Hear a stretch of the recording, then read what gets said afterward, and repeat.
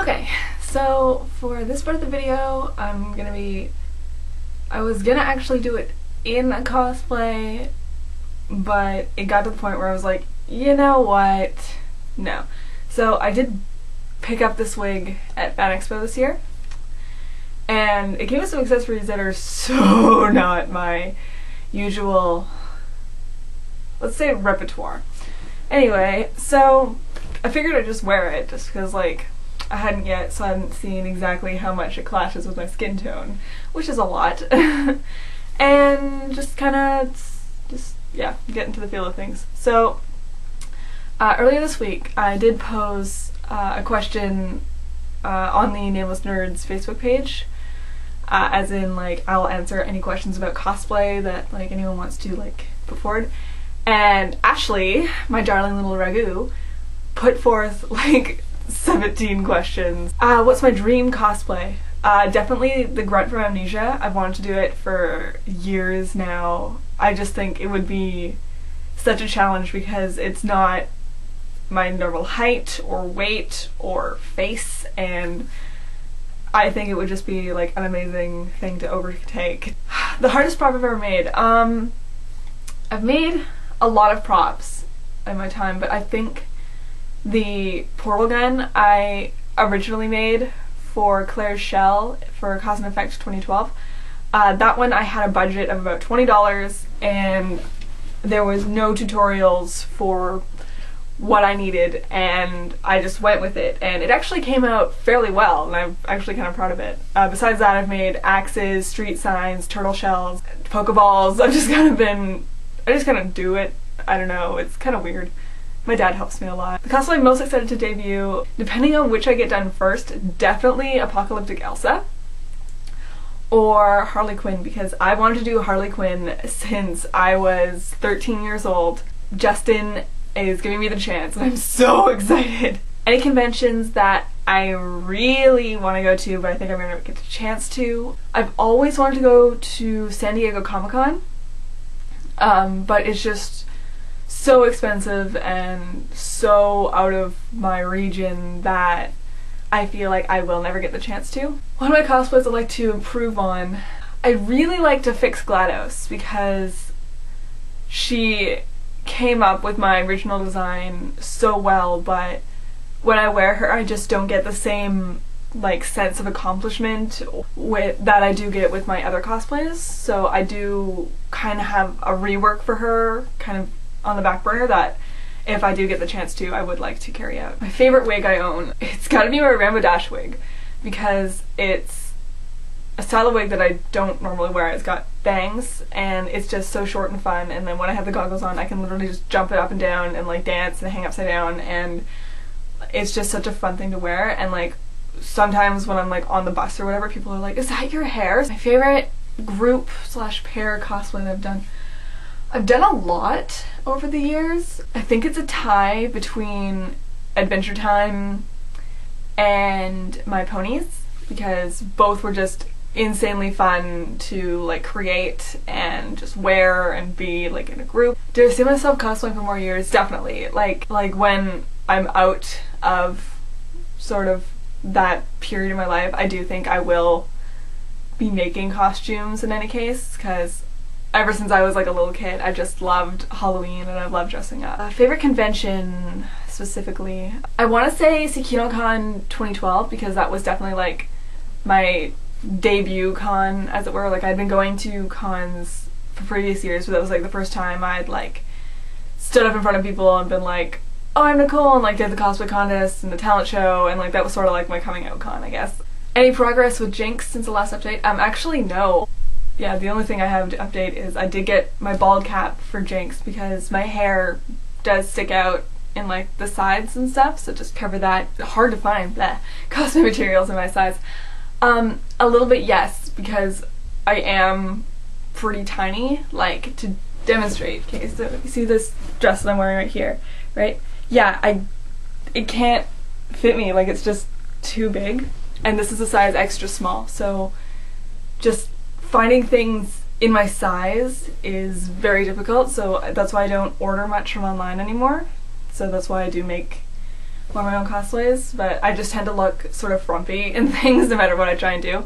Am I worried about doing a cosplay because of what people will say? I am worried about doing Jinx because I don't think that I'm slight enough for her character. And whenever I do Miku, I always feel that like I don't emulate the character very well, so like I am always kind of self-conscious about that. Have I ever regretted singing anything at a convention / wish I had sung something at a convention? At Anime Revolution 2012, I went first for the idol auditions, and I had neglected to warm up properly, so my voice broke, and it ruined my chances for sort of moving on in the idol.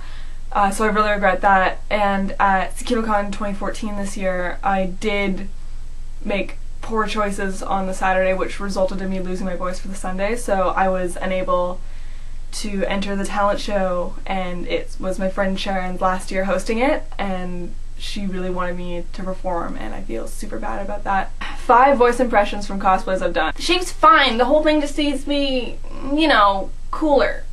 It needs to be about 20% cooler. Sebastian. Mered. Well, you found me. Congratulations. Was it worth it? What's your favorite idea? Mine's being creative. I'm Brad. Sure, I play Chase Prize Month, so it's gonna be a lot of romantic tension here. Oh my god, you guys, drama bomb! And are me and Ashley ever gonna do Atlas and Peabody? I hope so. If we don't do Atlas and Peabody, I think I'm gonna explode. Have I ever reenacted a scene as my character? At Cause and Effect 2012, I did do the sort of final monologue for GLaDOS from the end of Portal, and a lot better than I just did. And it was filmed, and I got like applause, but like I've never actually done like a whole scene, except for maybe, I think me and Claire once did the 20% cooler thing. There, Curtis, are you happy? I'm outside, it's bright and sunny and I hate it. But you can see the fence I painted. There you go. The fence. My yard. The room. The floor. Just brilliant. Good. Okay, I'm going inside now. Challenge over. Yeah, this video is kind of like a hodgepodge of like everything right now. So, AJ, new angle. I usually film with that wall behind me, so the camera's usually there. Camera's over there. This wall's behind me.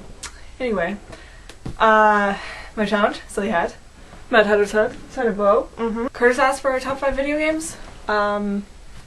So I've actually like finished a whole lot of games actually, because I don't usually play like single player games a lot, because like I'm usually playing with like all my friends and we're doing like League or something. Number 5 is Justine, just because I felt like it could have been a lot better and it was kind of boring. Amnesia Machine for Pigs. Again, it was just marginally better, but half the time it was just like, no thank you. Portal, like the original Portal. Love it, but like compared to Portal 2, then number 2 is Amnesia, and number 1 is of course Portal 2. Zach asked to review the last game I played. Last game I played was Portal 2 co-op. I don't know, there's not much I can say about it because I've done Portal 2 co-op like 5 times now.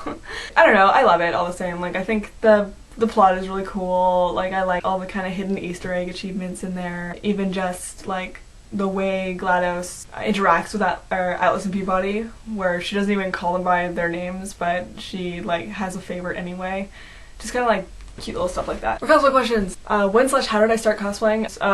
Probably Halloween 2002. I dressed up as Harry Potter. First time I actually labeled it as like cosplay was Halloween 2007, when I dressed up as Jack Skellington. When I started cosplaying to conventions, I did mostly do anime stuff like One Piece and Naruto. It still just stemmed from the same thing where like I like making costumes, I like dressing up. My all-time favorite cosplay of mine, geez, I only have to pick favorites, my babus, but I gotta go with Ace, because I try and do him, whatever, every year, just because it was a cosplay that I finished, spoilers, right before Ace died in the manga. So I try and do her every year, just because I am pretty proud of it. Has anyone ever said anything mean to me because I've been in cosplay? Yes and no, in the sense of when I was one of those kids who wore cosplays to school in high school. Okay, I'm gonna go ahead and put that out there right there.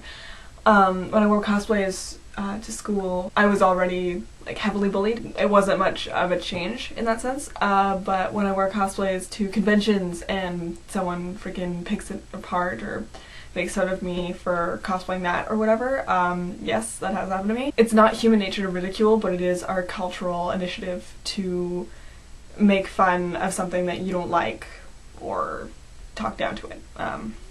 So there's nothing much you can do in that sense. What did I do to get involved in helping running conventions? Is that a question of how I started helping running conventions or how you could start running conventions? Either way, okay, how I started running conventions. After my third SkinoCon, actually, I guess, I started, as I said earlier in this video, getting more out there at SkinoCon 2012. That's when I started making more friends in the staff, going out, helping out with the Make Cafe, running panels, just doing stuff like that. I don't know, the way that I go about doing things is I make friends first and then I help them. I'm not very good at jumping in and helping people that I don't know because I am very self-conscious about like doing things and like going out there. I know it sounds really weird, but I am. For SkinoCon, you know, just one of those things where it's like, oh, I know half the people who run it. They know me by first name and I can just kind of like work my way like that and be like, oh, do you need this? Can I do this? Whatever. For Vancouver cons, it's a little more difficult because they are sort of a society. They are like a tight-knit group. If you want to help with conventions like Northwest Fan Fest or Cause and Effect, you would have to get into contact with Dolphin, aka Greg Neller. He does most of the stuff for that, but in that sense, he does all of the things for that, so all you can really help with in Vancouver cons is running panels. Jeremy Assendorf run panel submissions for Anime Revolution. I do believe Have a Cause and Effect is done through the IRL group. Helping with actually like running that convention is probably out of the question, whereas like with SkinoCon you can just go to the volunteer meetings for SkinoCon and then slowly, you know, like work your way up the ranks, whereas Vancouver is societal. So I think that's it for cosplay questions, but anyway, I will be uploading this video early in the sense that half of it was filmed like last Friday and this right now is being filmed on Tuesday. I'm going to finish editing it and then while I'm making sugar cookies, because it takes me 5 hours, you're like, oh no, it probably should take you 5 hours. No, it takes me 5 hours because it's like 1 hour to make the dough, 2 hours to let the dough cool, 1 hour to bake the cookies, and 1 hour to make the icing. And then, so by the end of it, like, half my day is gone. So I'm gonna try and edit this video and get it uploaded to Nameless Nerds and so that it'll be ready to go up on Saturday because I won't be here at my house on Saturday because I'm going to Justin's birthday party because we're going to Godzilla. Blah, blah, blah. Yeah. Anyway, so I'll see you next week. Yay. Bye.